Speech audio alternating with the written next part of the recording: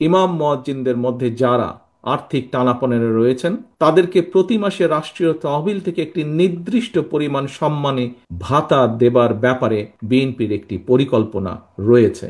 একটি রাজনৈতিক দল হিসেবে বিএনপি মনে করে আল্লাহর উপরে পূর্ণ আস্থা ও বিশ্বাস এবং মহানবীর শান এবং মান সমুন্নত রেখে ইসলাম নিয়ে গবেষণায় নিঃসন্দেহে কোনো বাধা নেই। তবে ধর্মীয় ইস্যু নিয়ে বিরোধ কিংবা ভিন্ন মত অথবা হীন দলীয় রাজনৈতিক স্বার্থে ধর্মীয় বিধানের উদ্দেশ্যমূলক ব্যাখ্যা কখনো কখনো সমাজে অস্থিরতা সৃষ্টির কারণ হয়ে ওঠে।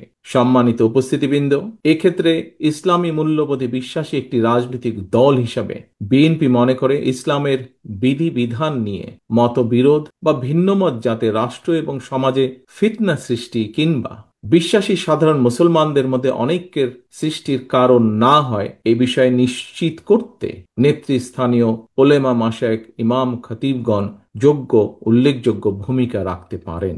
ইসলামী মূল্যবোধের আলোকে বিএনপি এমন একটি কল্যাণমূলক সমাজ, সরকার এবং রাষ্ট্র ব্যবস্থার পক্ষে যে রাষ্ট্র ও সমাজে মুসলমানগণ নিঃসংকোচে কোরআন সুন্নাহর অনুযায়ী নিজেদের জীবন পরিচালনা করতে সক্ষম হবেন, নির্ভয়ে নিরাপদে এবাদত বন্দিগি করতে পারবেন। একইভাবে অন্য ধর্মের মানুষেরাও নিরাপদে নিশ্চিন্তে যার যার ধর্ম ও সংস্কৃতি পালন করতে সক্ষম হবে। সম্মানিত উপস্থিতিবৃন্দ, বিএনপি কখনোই ইসলামের মূলনীতি কিংবা মৌলিক বিশ্বাসের সঙ্গে আপোষ করেনি, ইনশাল্লাহ ভবিষ্যতেও করবে না। আপনাদের মধ্যে এখানে যারা প্রবীণ ব্যক্তিবর্গ রয়েছেন, আপনাদের নিঃসন্দেহে আপনারা জানেন পতিত পরাজিত পলাতক স্বৈরাচারের দল যারা স্বাধীনতা উত্তর বাংলাদেশে রাষ্ট্র ক্ষমতায় বসে নিজেদের ইচ্ছে মতন সংবিধান রচনা করেছিল, সেই সংবিধানে দেশের অধিকাংশ জনগোষ্ঠীর আকাঙ্ক্ষার প্রতিফলন তখন ঘটেনি। পরবর্তীতে বাংলাদেশের স্বাধীনতার ঘোষক বিএনপির প্রতিষ্ঠাতা শহীদ রাষ্ট্রপতি জিয়াউর রহমান রাষ্ট্র পরিচালনার দায়িত্ব পাবার পর সংবিধানে বিসমিল্লাহির রহমানির রহিম অন্তর্ভুক্ত করেছিলেন। সংবিধানে সর্বশক্তিমান আল্লাহর উপরে আস্থা এবং বিশ্বাস অন্তর্ভুক্ত করেছিলেন। বর্তমানে সর্বশক্তিমান আল্লাহর উপরে আস্থা এবং বিশ্বাস কথাটি এভাবে রাখা হয়নি। কেন এভাবে রাখা হয়নি? সম্মানিত উপস্থিতিবৃন্দ, এই প্রশ্নটি আজ আমি আপনাদের সামনে রেখে গেলাম।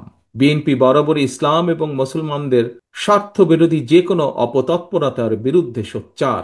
পতিত পরাজিত পলাতক স্বৈরাচার ইসলাম, মুসলমান এবং ইসলামী সংস্কৃতিকে রাষ্ট্র এবং সমাজে নানাভাবে হেয় প্রতিপন্ন করার অপচেষ্টা করেছিল। আপনাদের এখানে যারা আজকে উপস্থিত আছেন, আপনাদের অনেকেরই নিশ্চয়ই মনে আছে পরিষ্কারভাবে 2024 সালে পবিত্র রমাদান মাসে হঠাৎ করেই মুসলমানদের ধর্মীয় সংস্কৃতি ইফতার মাহফিল আয়োজনের উপরে নিষেধাজ্ঞা দেওয়া হয়েছিল। এটি কোনো বিচ্ছিন্ন ঘটনা ছিল না, এটি ছিল বাংলাদেশে ইসলাম বিরোধী, ইসলাম মূল্যবোধ এবং সংস্কৃতির বিরুদ্ধে সুদূর প্রসারী ষড়যন্ত্রের একটি অংশ। সেই সময় বিএনপি এই অপতৎপরতার তীব্র প্রতিবাদ জানিয়েছিল। 2013 সালে রাজধানীর শাপলা চত্বরে হেফাজতে ইসলামের হাজার হাজার নেতাকর্মীর উপর, সমর্থকের উপরে হানাদার বাহিনীর মতন ক্র্যাকডাউন চালানো হয়েছিল।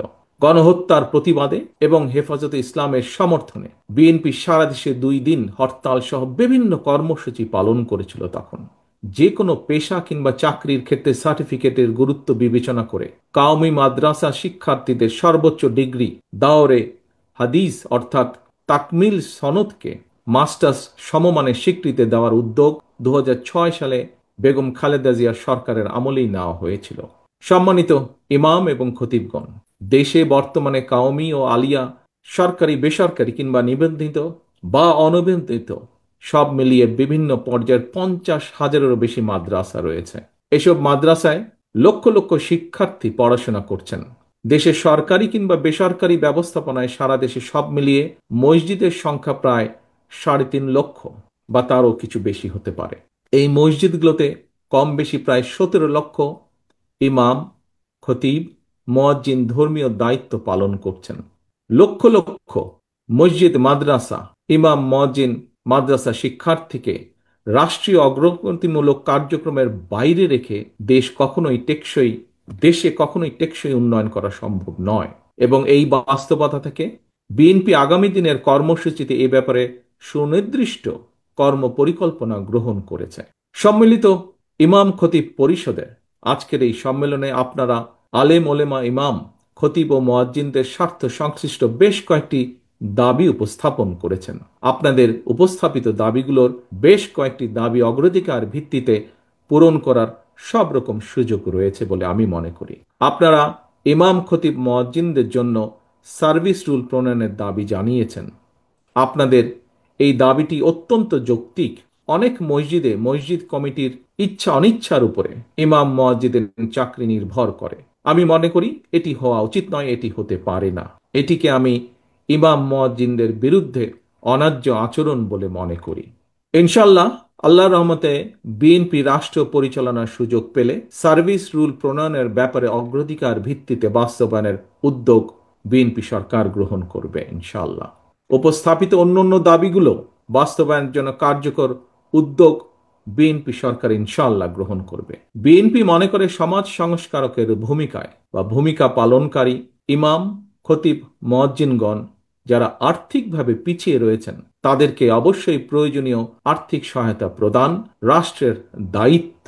এমন বাস্তবতায় ফেব্রুয়ারি মাসে অনুষ্ঠিত জাতীয় নির্বাচনে আল্লাহর রহমতে বিএনপি রাষ্ট্র পরিচালনার সুযোগ পেলে ইমাম মুয়াজ্জিনদেরকে সম্মাননা দেওয়ার পরিকল্পনা পর্যায়ক্রমে ইনশাল্লাহ আমরা বাস্তবায়ন করব। একই সঙ্গে ইমাম মুয়াজ্জিনদেরকে আর্থিকভাবে আরো স্বাবলম্বী করার লক্ষ্যে ইমাম মুয়াজ্জিন কল্যাণ ট্রাস্টকে শক্তিশালী করে আরো বহুমুখী প্রকল্প গ্রহণ করার একটি চিন্তা ভাবনা আমাদের রয়েছে।